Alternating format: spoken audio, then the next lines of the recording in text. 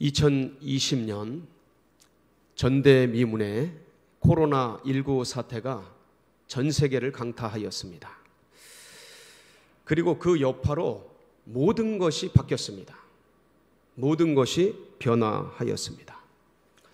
외출도 마음대로 하지 못하고 외출할 때는 꼭 마스크를 써야 합니다. 그렇지 않으면 한 걸음도 밖을 움직일 수가 없습니다. 가족 외에 사적인 모임도 금지가 되었습니다.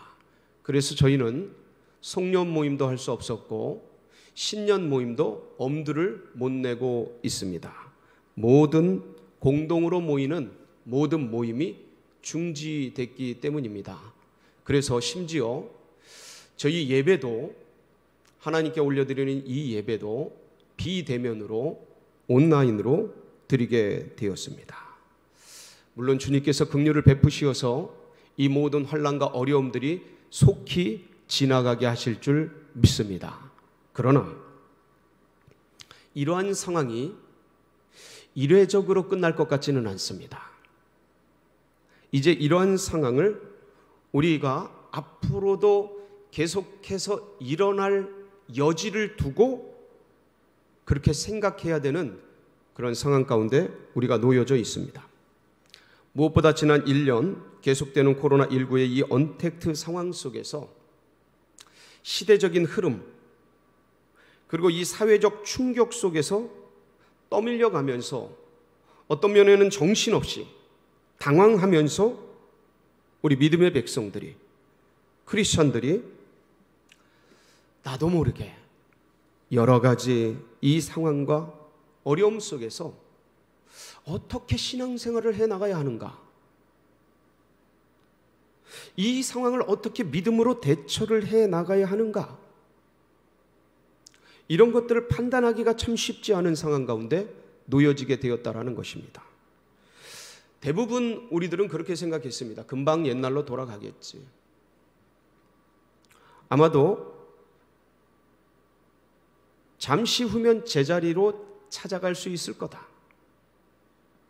내지는 이게 오래 가겠어? 이렇게 생각들을 다 해왔습니다. 그리고 그 날들을 기다리는 실정입니다. 그러다 보니까 이게 이렇게 길어질 줄 몰랐고 어느덧 기다림 속에, 당황함 속에 나도 모르게 우리의 신앙이 느슨해진 면이 있게 된 것입니다. 이게 같이 모여 공동체로 예배 드리면 그 예배 드리는 현장에 그 놀라운 은혜가 있는데 방송으로 드리다 보니 예배를 드려도 드린 것 같지가 않고 기도를 해도 한 것 같지가 않고 뭔가 그 맛이 잘 안 나는, 그러면서 뭔가 점점점 멀어지게 되는 그런 걸 누구나가 느끼는 상황 가운데 있게 되었습니다. 특별히 그동안 저희 한국교회는 대면에서 공동체로 달리 생각할 수가 없었죠. 그렇게 모여서 교회 중심으로 신앙생활을 해왔기 때문에 느닷없이 어느 날 닥쳐온, 아마 죽음도 이렇게 찾아오겠죠. 어떤 고난들도 이렇게 찾아오겠죠. 어느 날 갑자기 찾아온 이 코로나19 사태 속에서 혼자 덩그마하게 던져진 이런 상황 속에서 어떻게 이 이 어려움을 신앙으로 헤쳐나갈 것인가? 진짜 어려운데, 다른 어떤 때보다 더 어려운데 혼자 던져져 있고 혼자 남겨져 있는 이 상황 속에서 이걸 어떻게 타개해 나갈 것인가? 난감할 수밖에 없는 그런 상황 가운데 우리가 너나 할 것 없이 던져져 있다라. 그러니까 이렇게 흔들리는 상황 속에서, 이렇게 흔들리는 때 우리는 어디로 가야 할 것인가? 이때 진짜 무엇을 붙잡아야 하는 것인가?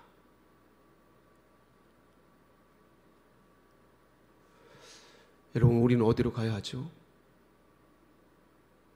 우리 뭘 붙잡아야 하죠? 코로나 전이나 코로나 후나 지금 이 코로나를 당하고 있는 이 상황이나 우리는 하나님 말씀을 붙잡아야 할 줄 믿습니다. 그건 영원한 진리입니다. 그 중에서 오늘 우리가 읽은 본문 말씀은 예수님께서 제자들에게 마치 유언적으로 마지막으로 주신 지상 명령입니다. 저는 처음에 이 지상 명령을 지상에서 주신 말씀으로 이해를 했습니다. 그런데 한자가 그게 아니더라고요. 지고지순한 하나님의 존귀한 말씀, 최고의 말씀, 이런 뜻이더라고요. 물론 이제 두 가지 다 같이 생각해도 큰 문제는 없습니다만 한자 그대로의 뜻은 가장 이 땅에서 지고지순한 존귀한 말씀, 명령, 그게 지상 명령입니다. 이 말씀이 오늘 새해를 열면서 첫 출발을 하며 달려나가는 우리 성도님들 가운데 가슴에 잘 박힌 모처럼 새겨지고 이 어두운 세상, 흔들리는 세상 가운데 붙잡고 끝까지 의지할 그런 말씀으로 가슴에 새겨지는 은혜가 있으시기를 축복합니다. 오늘 16절 말씀에 보면 이 말씀을 주신 지리적 배경이 나옵니다. 장소적 배경이 나옵니다. 16절 말씀 한번 읽어보겠습니다. 11 제자가 갈릴리에 가서 예수께서 지시하신 산에 이르러. 어디에 가서요? 갈릴리에 가서. 어디에 이르렀습니까? 예수님이 지시하신 산에.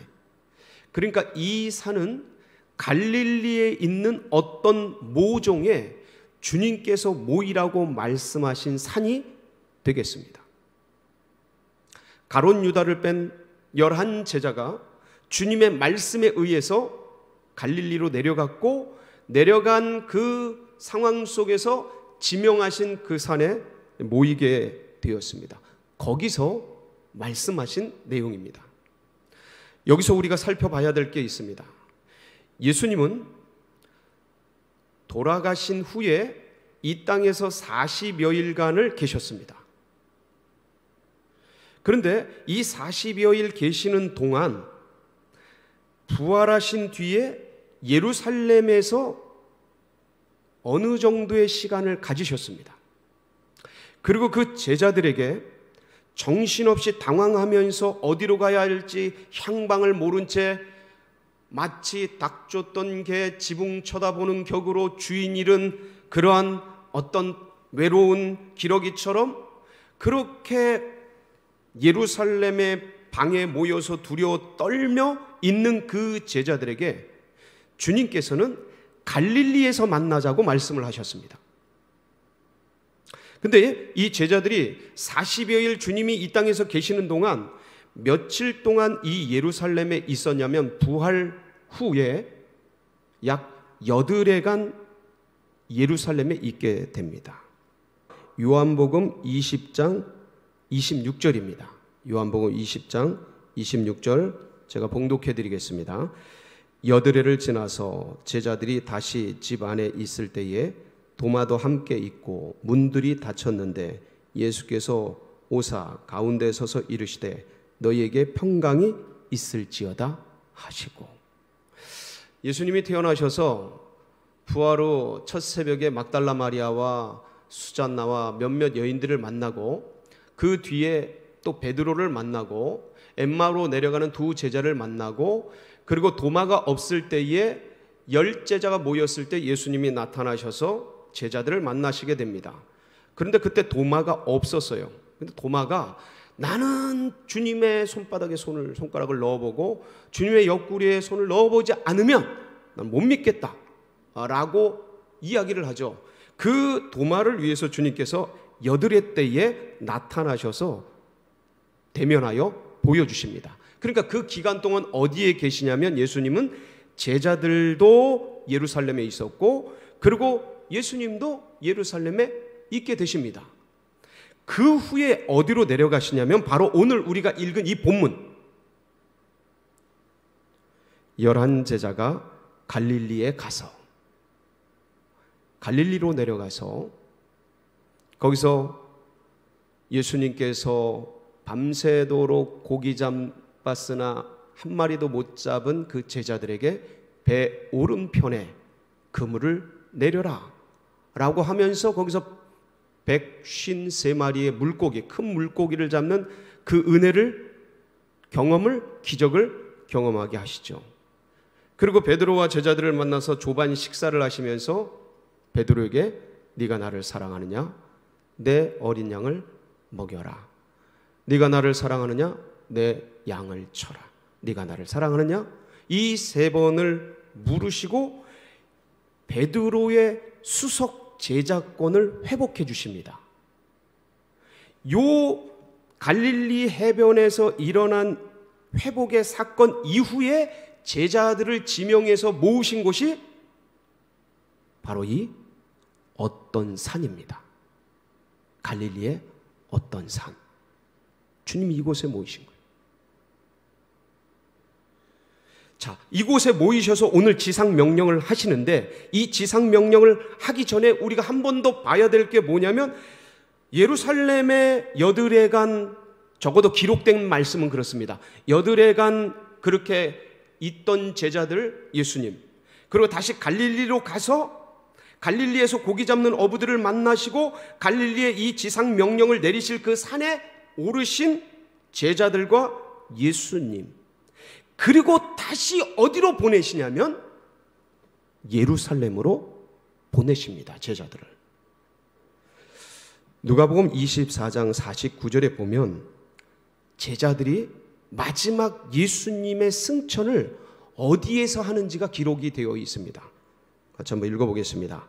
볼지어다 내가 내 아버지께서 약속하신 것을 너희에게 보내리니 너희는 위로부터 능력으로 입혀질 때까지 이 성에 머물라 하시니라.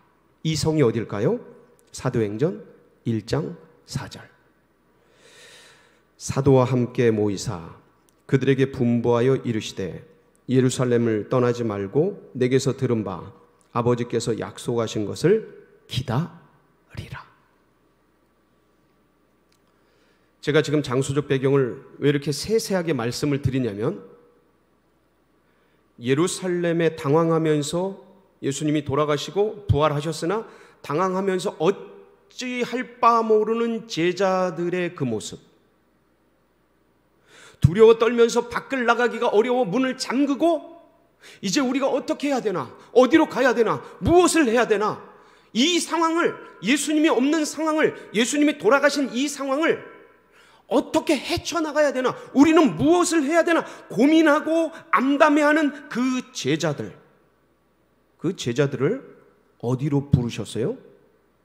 그렇게 되실 줄 알고 주님은 제자들을 갈릴리로 가라 미리 말씀하셨고, 부활 후에 여인들에게 그렇게 전달하였고, 그래서 제자들 방황하고 당황하고 어려워하고 힘들어하고 있을 그 제자들을 갈릴리로 모아주셨습니다. 그러니까 이 갈릴리에서 고기잡이 밤새도록 했지만 잡지 못한 그들, 마치 첫 번째 그 주님을 만나던 그날 밤과 같은 그런 모습의 시리와 좌절과 아픔과 당황 속에 있는 그 제자들을 만나셔서 위로해 주시고 사도권을 회복하게 하시고, 특별히 베드로의 선임 제자권을, 네가 나를 사랑하느냐? 내 양을 쳐라.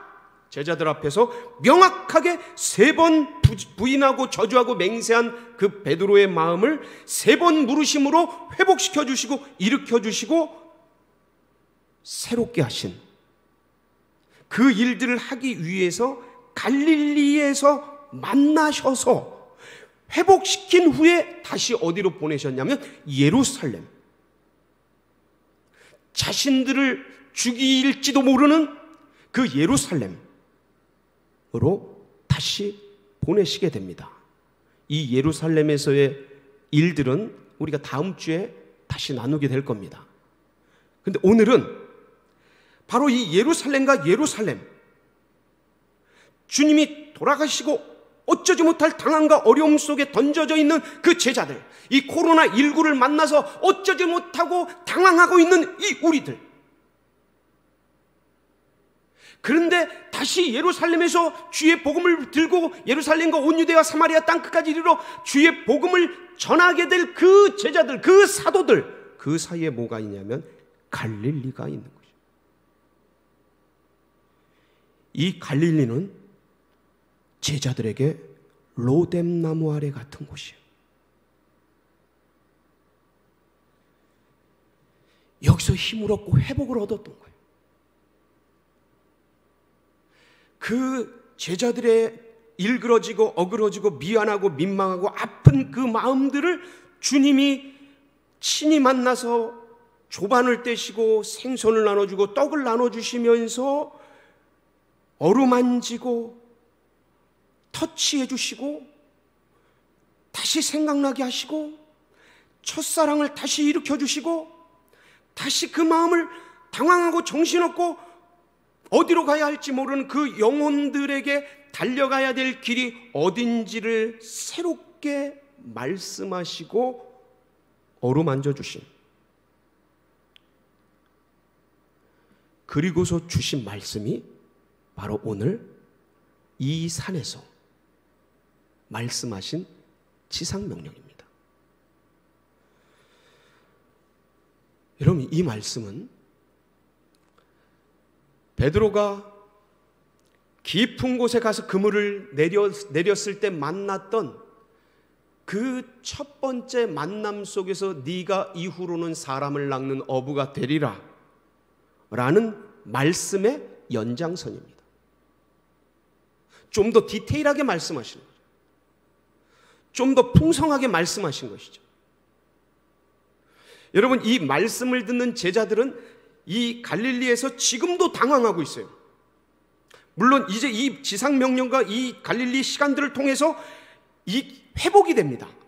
그런데 지상명령을 듣고 있는 이 11 제자는 지금도 마음속에 저분이 살아나신 거 맞나? 우리가 이 시대를 헤쳐갈 수 있나? 저분이 진짜 예수님 실제 맞으시는가? 우리가 이 시대를 믿음으로 돌파해 갈 수 있을까? 이런 상황 속에서 저분이 진짜 예수님이시지, 이 시대 속에서도 우리의 믿음은 통할 것인가?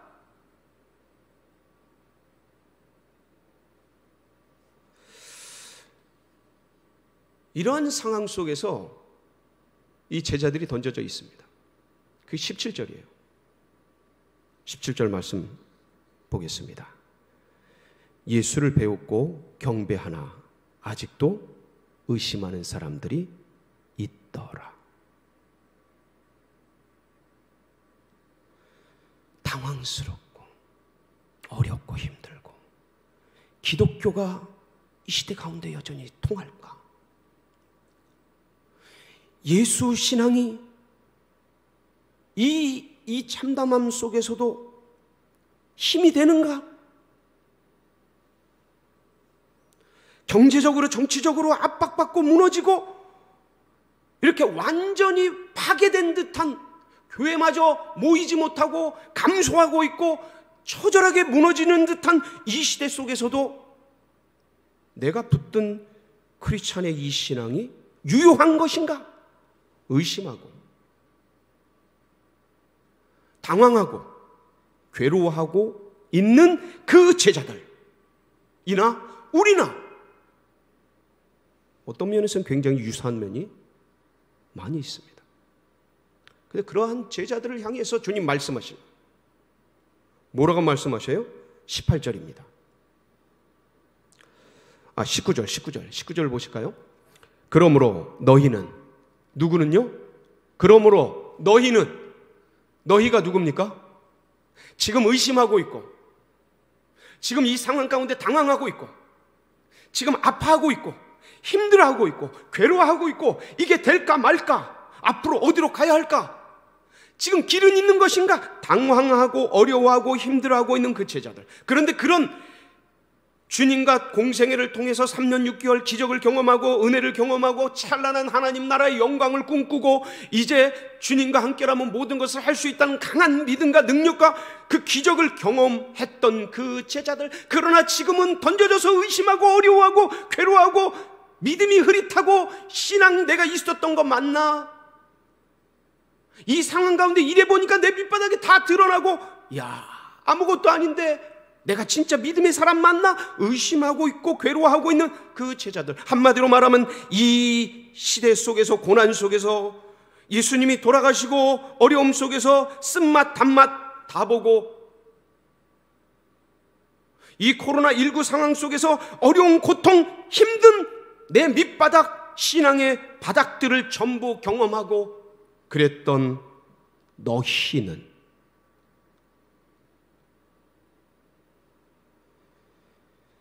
주님이 다 아시는 거예요. 주님이 이해하시는 거예요. 주님이 인간이 그런 줄 다 아시는 거예요. 그런데 놀랍게도 그 의심하고 어려워하고 힘들어하는 그 제자들을 향해서 주님이 뭐라고 말씀하셔요? 가라. 어디로 가라 합니까? 예루살렘으로 가라는 거예요. 근본적으로는. 그 예루살렘은 어딘가요? 예수님을 죽인 곳, 크리스찬들을 잡아 죽이는 곳, 전부 전멸시키려고 작정하고 조직적으로 예루살렘 공의회가, 사두개인 바리새인들이 공의회를 다 차지하고 있는데 조직적으로 전 민족적으로 이단시하고 죽이려는 그 땅 예루살렘으로 가라. 온 세계 민족으로 가라. 두려워하지 말고 가라. 그것으로 가라. 그래서 뭐 하라고요? 가서 모든 민족을 제자로 삼아 아버지, 아들과 성령의 이름으로 세례를 주고 내가 너희에게 분부한 모든 것을 가르쳐 지키게 하라. 우리가 너무나 잘 압니다. 가서 제자 삼으라. 그리고 세례를 주어 제자를 삼아라. 이 모든 것을 가르쳐 지키게 하여서 제자를 삼아라 라는 삼중분사로 되어서 제자 삼으라는 이 말씀, 그러한 너희들이 바로 해야 될 일, 제자를 삼는 것, 복음을 전하는 것, 은혜를 전하는 것, 어떤 상황과 환경 속에서 이 일들을 하는 것이다 라는 말씀을 주님께서 그 제자들에게 해 주셨습니다. 여러분, 아무리 힘들고 어려워도 돌아갈 우리의 처음 고향이 어디냐, 처음 말씀이 어디냐, 거기가 갈릴리고 거기가 이 지상명령이고, 아무리 힘들고 어려워도 우리가 붙잡아야 될 가장 기본기가 무엇이냐? 바로 주님의 이 말씀이에요. 수많은 말씀들이 있죠. 말씀을 붙잡아야 되죠. 그 중에서 어떤 말씀이냐? 주님께서 해주신 이 말씀. 내가 당황하고 힘들 때 붙잡아야 될 이 말씀. 그래서 주님께서는 그 말씀을 하시면서 이 제자들에게 그동안 무너졌던 그 사도권을 어떻게 회복시켜 주셔요? 18절 말씀입니다. 예수께서 나와 말씀하여 이르시되 하늘과 땅의 모든 권세를 내게 주셨으니. 주님이 이런 권세 원래 없으셨습니까? 아니에요. 원래 가지고 계셨던 분이에요. 성자 하나님으로서 하늘과 땅의 모든 권세를 원래 다 가지고 계셨던 분이에요. 이 말씀을 지금 왜 하고 계십니까? 제자들에게 그동안 시리와 좌절과 고통과 저주와 맹세를 하며 거절하고 거부했던, 그래서 다 상실됐던 그 사도권을 다시 회복시켜 주시기 위해서 그 권세와 능력이 어디에 누구에게 있는지를 천명하시면서 제자들에게 사도적 권세를 다시 한번 부어주시는 말씀입니다. 사랑하는 성도 여러분, 제자들이 우리들보다 낫다고는 말씀을 못 드리겠습니다. 우리는 적어도 주님을 저주하고 맹세하고 부정하고 부인하고 현실 속에서 그러진 않았습니다. 의심하고 이러지 않았습니다. 우리들보다 어쩌면 더한 제자들이죠.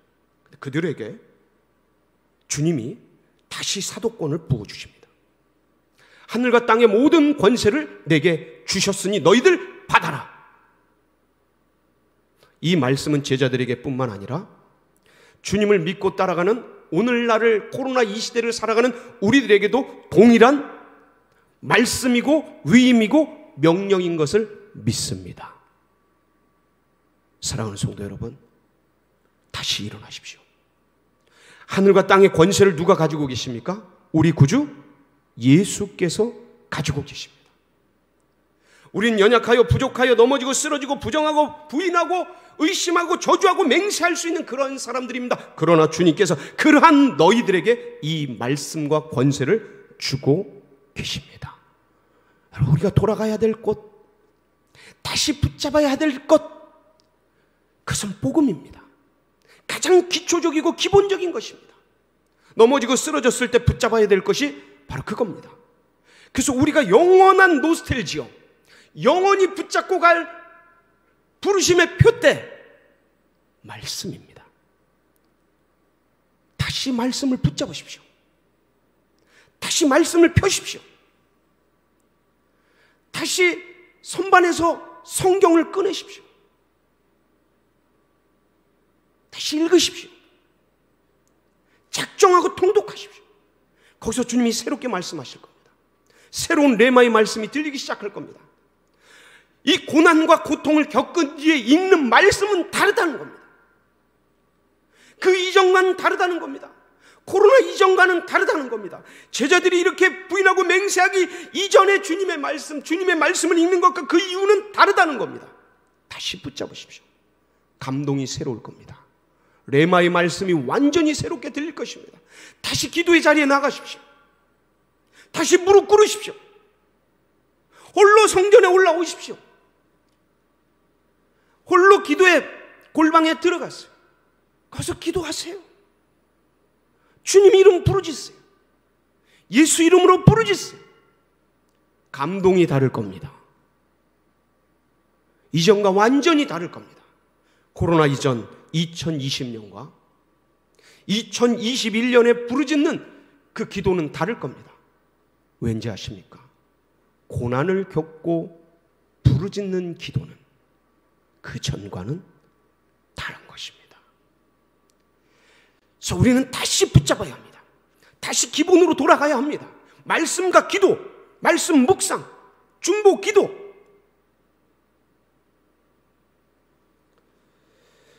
이런 연약한 제자들에게 주님께서 제자 삼으라 복음 전하라는 이 말씀을 하시고 약속을 주십니다. 이 사명이 그냥 이루어질 수가 없죠. 약속을 주시는데 그게 20절 말씀입니다. 같이 한번 다 같이 읽어보겠습니다. 시작. 내가 너희에게 분부한 모든 것을 가르쳐 지키게 하라. 볼지어다 내가 세상 끝날까지 너희와 항상 함께 있으리라 하시니라. 아멘이십니까? 아멘. 아멘. 다시 복음을 붙잡는 자들, 다시 말씀과 기도, 이 기본을 붙잡는 자들, 영원히 주님께서 함께 하십니다. 영원히 이 상황 코로나19 이전이든 이후든 지금이든 주님이 항상 함께 해주십니다. 이 말씀을 붙들고 올 한 해 승리하는 복된 역사 있으시길 축복합니다. 같이 기도하시겠습니다.